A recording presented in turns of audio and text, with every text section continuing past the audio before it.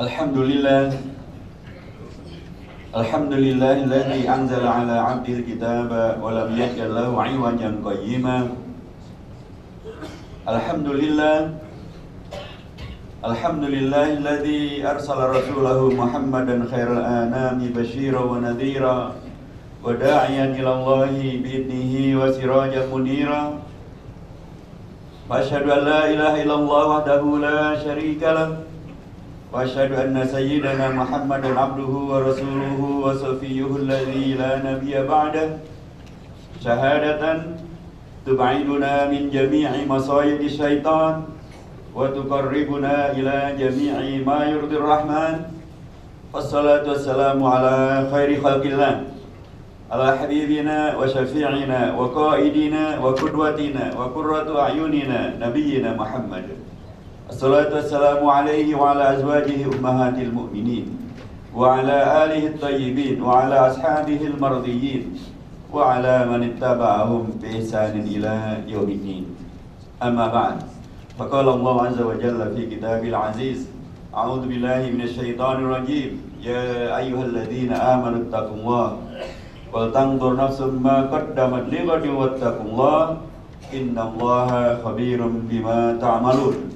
Wala takunu kalladzina nasullaha fa'ansahum anfusahum ulaika humul fasiqun. La yastawi ashabul nari wa ashabul jannah, ashabul jannati humul faizun. Shadaqallahu azim wa shadaqa rasuluhu al-karim wa nahnu ala dzalika minal mu'minin. Ibadallah wa ya ma'syaral muslimin, usikum wa iyaya nafsi bitaqwallah. Fattaqullaha haqqa tuqatih wa la tamutunna illa wa antum muslimun. Fattaqullaha ibadallah haqqa tuqatih faqad faza muttaqun. Ya masalah Jumat yang dirahmati Allah Subhanahu wa taala, ketika Allah memudahkan kita semuanya untuk kembali pada seperti siang hari ini menghadiri masjid-masjid Allah, melaksanakan syariah Allah, melaksanakan salat Jumat secara berjamaah, dan kita mudah untuk melaksanakannya, mudah untuk merealisasikannya, itu sesungguhnya adalah karunia Allah yang sangat besar. Allah sedang memberikan kepada kita sebuah intervensi, sebuah kesempatan untuk menyegarkan ingatan kita kembali bahwa kita bukanlah hamba jabatan, bukan hamba pekerjaan, kita bukan juga hambatan-hambatan di jalan dengan beragam kemacetannya, kita juga bukan sekedar pelengkap penderita, kita juga bukan sekedar untuk bangun pagi dan kemudian berangkat kerja, pulang ke rumah dan capek dan tidur dan besok. Itu saja rutinitas yang setiap hari kita lakukan. Allah sedang memberikan kepada kita sebuah karunia yang sangat besar, mengintervensi kehidupan kita, menyegarkan kembali bahwa kita adalah bukan sekedar manusia, kita adalah hamba Allah yang maha segala kebaikan. Kalau kita bicara tentang kasih dan sayang, maka kita adalah hamba Allah yang Ar-Rahman Ar-Rahim. Kalau kita sedang bicara tentang ilmu pengetahuan dan segala wawasan yang berkeunggulan, maka kita adalah hamba Allah yang Alimun Hakim. Kalau kita sedang bicara tentang sukses dan segala kekayaan, materi maupun non materi, maka kita adalah hamba Allah yang Ghaniyun Karim. Kalau kita sedang bicara tentang masalah kekuasaan yang akan membawa kepada segala kebaikan, maka kita adalah hamba Allah yang Hakimun yang Hakim. Begitulah. Kita karenanya sesungguhnya, sekali lagi, bukanlah tidak terhubung dengan segala yang membawa kepada keunggulan dan kebaikan. Kita tidak terhubung dengan segala yang hanya menghadirkan segala yang bisa memunculkan apatisme, bisa memunculkan nihilisme, bisa memunculkan kondisi yang seolah-olah kita hanya sekedar pelengkap penderita saja. Kita sekedar pelengkap waktu saja, nggak ada guna dari hidup kita, dan atau kita tidak bisa berkontribusi untuk menghadirkan kebaikan dan keunggulan-keunggulan. Setelah Jumat ini, jamaah dirahmati Allah Subhanahu wa taala, sesungguhnya adalah salah satu intervensi Allah kepada kita semuanya untuk menyegarkan kembali ingatan kita bahwa sekali lagi kita bukan sekedar manusia, apalagi manusia untuk sekedar menjadi pelengkap penderita. Manusia menghabiskan waktunya hanya sekedar untuk bangun tidur dan pergi ke kantor dan kena macet, balik lagi dan tidur lagi dan begitu seterusnya. Tapi kita adalah hamba-hamba Allah, dan kita ternyata bisa dan dimudahkan dan mudah untuk kemudian melaksanakan fungsi kita sebagai hamba Allah seperti siang hari ini. Sekalipun barangkali kita juga lupa untuk memaknainya demikian. Barangkali di antara kita hanya melaksanakannya sebagai karena ini ada rutinitas setiap minggu saja. Pada sesungguhnya ini bukan sekedar rutinitas. Kita oleh Allah Subhanahu wa taala dengan dicontohkan dari Rasulullah SAW diajarkan kembali untuk mempunyai nilai keunggulan, mempunyai optimisme, mempunyai idealisme. Itulah takwa. Dan itulah takwa ada satu ungkapan yang pasti diingatkan oleh setiap khotib. Karena itu ada bagian dari rukun khutbah. Dan takwa sekali lagi bukanlah rutinitas, bukan sekedar ungkapan sebagai pemanis bibir, pemanis khutbah, sekedar basa-basi itu sumpah jabatan. Tapi takwa dalam konteks Al-Quran adalah kata kunci untuk menghadirkan keunggulan-keunggulan. Kata kunci untuk merubah umat manusia untuk menjadi manusia yang berkeunggulan, berkeutamaan. Bukan hanya di akhirat tapi juga di dunia. Itulah karenanya Al-Quran menyebutnya sebagai ya ayuhan nas, inna khalaqnakum min dzakari wa untha wa ja'alnakum syu'uban wa qabaila lita'arafu inna akramakum indallahi atqakum. Peristiwa ini adalah peristiwa duniawi. Allah mengingatkan kepada kita kembali bahwa kita ini memang oleh Allah diciptakan berbineka tunggal ika. Beragam-ragam suku, bahasa, ras kita. Tapi kita tunggal ika juga sesungguhnya. Selain dalam konteks kebangsaan, kita juga tunggal ika. Kita adalah hamba-hamba Allah juga. Kita boleh beragam-ragam. Tadi saya katakan bahwa ungkapan ayat Al-Quran dari surah Al-Hujurat yang ke-13 ini adalah ungkapan yang duniawi. Karena Allah mengingatkan kepada kita bahwa kita diciptakan oleh Allah karena penciptaan, maka pastilah dia ada peristiwa dunia, bukan peristiwa di akhirat nanti. Kita diingatkan kita diciptakan dari ragam suku, ragam suku qabaila, ragam kabilah, ragam tribe. Kita diciptakan juga dari ragam jenis kelamin, ada laki-laki, ada perempuan. Beragam-ragam itu ada peristiwa dunia dan bukan peristiwa akhirat. Dan suku qabaila li ta'aruf lagi-lagi adalah peristiwa dunia, bukan peristiwa ketika nanti kita sudah meninggal. Kalau kita sudah meninggal tidak ada lagi ta'aruf di sana. Kalau kita sudah masuk di surga ya sudah selesai di sana. Kita sudah mendapatkan apa yang kita bisa memanen dari apa yang kita tanam semenjak dalam kehidupan kita di dunia. Li ta'arafu inna akramakum indallahi atqakum. Dari peristiwa menyadari tentang siapa dari kita dengan segala keragaman-keragaman itu, dengan bineka tunggal ikanya itu. Tapi kemudian kita diperintahkan untuk menyadari itu bukan untuk menjadi bagian dari konflik, bukan untuk menjadi bagian dari yang menghadirkan penistaan maupun juga penihilan, tapi untuk menghadirkan ta'aruf, menghadirkan saling mengenal potensi, saling berkomunikasi, saling untuk kemudian berlomba dalam kebajikan. Fastabiqul khairat wa fi dzalika falyatanafasil mutanafisun. Untuk apa? Untuk bukan menghadirkan yang lebih jahat, lebih menistakan, yang lebih egois, yang lebih menang-menangan, atau yang lebih kemudian menghadirkan kehidupan yang tidak aman dan tentram, tapi untuk inna akramakum indallahi atqakum, untuk berlomba menghadirkan siapa yang lebih utama, siapa yang lebih mulia di sisi Allah, bukan hanya dalam konteks akhirat, tapi juga dalam konteks dunia. Mengapa? Karena dengan sesungguhnya Rasulullah pernah mengingatkan kepada kita semuanya yang namanya kehidupan dunia ini adalah ad-dunya manzra'atu al-akhirah. Kehidupan dunia ini adalah tempat di mana kita menanam, tempat di mana kita menyemai, tempat kita menanam untuk kemudian kita bisa memanen. Kalaulah tanaman kita adalah tanaman kejahatan, ya tidak mungkin kita akan memanen kebaikan. Kalau tanaman kita adalah ganja misalnya, na'udzubillah min dzalik, mungkin yang akan kita panen atau ditangkap polisi. Tapi kalau tanaman kita adalah segala yang membawa manfaat, segala yang membawa maslahat, ya segala yang membawa kepada keuntungan yang baik terkait dengan masalah ekonomi maupun juga prestasi maupun juga duniawi lainnya, tetapi dalam konteks yang membawa kepada manfaat, maka kita akan juga memanen segala kemanfaatan itu. Begitulah, akhirat adalah bukan satu hal yang kemudian terputus dari dunia.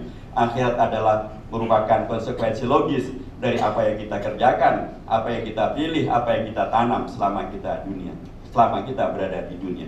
Itulah mekanisme, itulah amalan, itulah muamalah, itulah syariah yang dahulu Rasulullah contohkan, yang dahulu Rasulullah ajarkan, yang dahulu Rasul praktekkan bersama dengan para sahabat-sahabatnya, sehingga kemudian menghadirkan masyarakat yang baru, masyarakat yang bisa berubah dari kondisi yang barangkali hopeless, tidak ada harapan seolah-olah dalam kondisi pra-hijrah yang segalanya serba kezaliman, segalanya serba upaya untuk melakukan penegasian, upaya untuk kemudian melakukan embargo, upaya untuk kemudian melakukan pendiskreditan, fitnah, dan bahkan sayembara untuk membunuh dan menghabisi. Dan bahkan Rasulullah dan para sahabatnya di embargo di Syi'ab Ali selama tidak kurang dari 3 tahun. sehingga kemudian kehabisanlah segala bekal beliau dan para sahabatnya. Tinggal lagi yang ada hanya air putih dan pohon yang sudah mengering, sehingga itu ditelupaslah kulitnya, dan itulah yang kemudian dicelupkan ke dalam air, dan itulah yang mereka konsumsi. Tapi Rasulullah dan para sahabatnya memberikan kepada kita sebuah keteladanan. Segala tantangan yang ada, segala kezaliman yang bisa terjadi, segala penistaan yang bisa terjadi, bila kemudian kita tak istiqomah dengan keimanan kita, dengan keislaman kita, dengan keteladanan kita, atau meneladani Rasulullah SAW, Allah memberikan kepada kita satu pembuktian bahwa tidak ada gelap gulita, kecuali kemudian berikutnya akan ada segera fajar yang segera menyingsing. Dan itulah karenanya begitu luar biasa pendoliman yang diberlakukan kepada Rasulullah dan para sahabatnya. Begitu luar biasa penistaan agama yang mereka lakukan kepada Rasulullah dan para sahabatnya. Itu adalah sebuah kondisi yang akan menghantarkan segera hadirnya fajar. Dan fajar itu hadir dengan peristiwa Isra dan Mi'raj, dan kemudian setelah itu peristiwa hijrah. Dan dari hijrah akan menghadirkan masyarakat baru yang disebut sebagai masyarakat yang madani. Masyarakat madani yang berubah total dari masyarakat yang tadinya sepenuhnya intimidasi, sepenuhnya tidak mampu untuk kemudian bangkit dan kemudian menghadirkan alternatif yang lebih baik. Jadi masyarakat baru yang masyarakat yang sepenuhnya menghadirkan komunikasi, menghadirkan dialog, menghadirkan kesepakatan, menghadirkan piagam Madinah yang begitu amat sangat fenomenal, yang kemudian akan menghadirkan masyarakat baru, masyarakat yang dipimpin oleh Rasulullah dan para sahabatnya, menghadirkan masyarakat yang tadinya sepenuhnya adalah masyarakat jahiliyah, berubah menjadi masyarakat yang Islamiyah, jadi masyarakat yang tidak memberikan kontribusi peradaban, jadi masyarakat yang disebut sebagai kuntum khaira ummah, masyarakat yang tadi orientasinya adalah orientasi hanya kebangsaan saja, orientasi hanya kesukuan saja, orientasi hanya keduniaan saja, hanya materi saja, berubah menjadi masyarakat yang rahmatnya bukan hanya sekedar di tingkat suku, di tingkat bangsa, bahkan rahmatnya bisa dirasakan oleh masyarakat di alam-alam yang meluas, yaitu alam dunia hingga alam akhirat, alam manusia hingga alam non manusia, dan semuanya mendapatkan karunia daripada keunggulan dari Islam. Karena itulah sesungguhnya nilai dari takwa yang oleh Rasulullah dan para sahabatnya diajarkan, dan hari-hari ini kita semuanya akan membuktikan tentang ketakwaan itu. Ketika kemudian sekali lagi kita umat Islam dihadapkan pada begitu banyak cobaan, dihadapkan begitu banyak pilihan, dihadapkan pada begitu banyak alternatif yang sesungguhnya itu adalah merupakan bagian daripada ujian sekaligus, tapi sekaligus juga tantangan sekaligus. Kita boleh memilih, dan pilihan-pilihannya tentu adalah bagaimana menghadirkan yang lebih baik, lebih unggul, lebih membuktikan tentang ketakwaan itu sendiri. Sekali lagi jamaah dirahmati Allah Subhanahu wa taala. Ketika kemudian kita sekarang hadir, dan kehadiran kita dalam konteks kesadaran penuh bahwa ini bukan sekedar ritual Jumatan atau seminggu sekali, tapi kita sadari bahwa ini adalah cara Allah untuk mengingatkan kita, menyegarkan ingatan kita kembali dengan wudu, dengan datang ke masjid, dengan duduk bersama dengan jamaah di masjid, dan bersama-sama mendengarkan khutbah dan sholat secara berjamaah juga. Ini adalah penting untuk kita maknai sebagai, sekali lagi, ini cara Allah untuk menyegarkan ingatan kita, ingatan batin kita, ingatan intelektual kita, ingatan jasadi kita, bahwa kita sekali lagi adalah oleh Allah diciptakan, dihadirkan untuk bukan sekedar menjadi pelengkap penderita, tapi untuk menghadirkan kebaikan, keunggulan, bahkan kemenangan-kemenangan. Itulah karenanya dalam ayat yang tadi saya bacakan di depan, Allah mengingatkan kepada kita semuanya untuk bahwa takwa itu bukan sekedar ungkapan informatif, tapi takwa itu adalah satu imperatif, satu perintah yang Allah perintahkan kepada kita semuanya, sebagian Allah perintahkan kepada kita untuk sholat, untuk zakat, untuk berpuasa, untuk berhaji, dan kita semuanya melaksanakannya sesuai dengan kemampuan kita masing-masing, terutama yang terkait dengan masalah zakat dan haji. Tapi puasa, hampir kita semuanya berpuasa, sholat kita juga demikian, kita sholat. Pada perintah tentang sholat, perintah tentang zakat, perintah tentang berpuasa, perintah tentang haji, kalau dibandingkan dengan perintah untuk tentang takwa, jelaslah jumlah perintah untuk takwa berlipat-lipat lebih banyak daripada perintah untuk sholat, perintah untuk zakat, perintah untuk haji, perintah untuk puasa. Nah, kalau kita kurang bisa melaksanakan rukun Islam yang 4 tadi dengan nyaman dan aman, tentulah semestinya pula kita bisa merasakan aman, nyaman, nikmatnya perintah merealisasikan nilai takwa. Dan apalagi kalau kita pahami bahwa nilai takwa itu adalah bukan sekedar, sekali lagi, bukan sekedar pemanis khutbah, pemanis ceramah, bukan sekedar pemanis dan pembuka dari sumpah jabatan, tapi dia adalah kata kunci untuk menghadirkan segala yang lebih baik, segala yang lebih unggul, segala yang lebih mulia. Dan bahkan dalam konteks Al-Quran yang tadi saya bacakan di depan, dia adalah sesuatu yang akan membawa kepada kemenangan-kemenangan.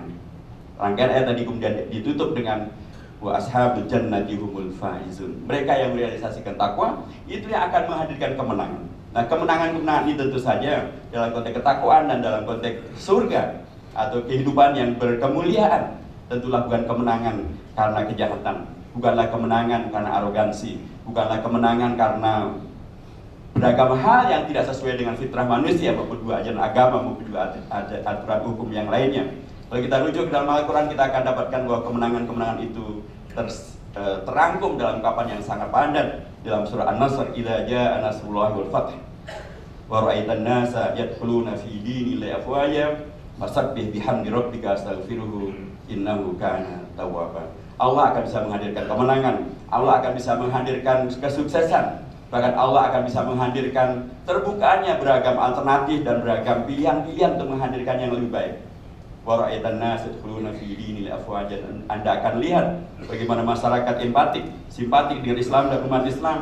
Bagaimana mereka melihat secara objektif bahwa Islam dan umat Islam bukanlah kerumunan yang menghadirkan madarat, yang menghadirkan anarki, tapi mereka adalah majmu'ah, atau mereka adalah jamaah, atau mereka adalah komunitas yang akan bisa menghadirkan segala yang takwa, segala yang berkeunggulan, segala yang berkemuliaan. Wa ra'aitan nas, dan kemudian karena mereka bersimpati, banyak yang kemudian masuk Islam, banyak yang kemudian berempati kepada Islam dan umat Islam. Tapi kemudian diingatkan kembali bahwa ujung daripada ini semuanya bukanlah agar umat Islam menjadi arogan, bukanlah agar umat Islam menjadi takabur, bukanlah agar umat Islam menjadi semena-mena, bukanlah agar umat Islam menjadi lupa diri. Tapi seluruh ungkapan tentang kemenangan itu ditutup dengan fasabbih bihamdi rabbika astaghfiruhu innahu kana tawwaba. Kita diingatkan kembali tentang pentingnya kemenangan spiritual, kemenangan rohaniah, ketika segala kebaikan yang kita dapatkan tidak membuat kita menjadi lupa diri, tidak membuat kita menjadi takabur, tidak membuat kita menjadi, dalam bahasa Jawanya, adigan adigung adiguno soporo siro sopo imsun, menjadi kita merasa seolah-olah hanya kita saja yang ada dan yang lainnya harus ditiadakan.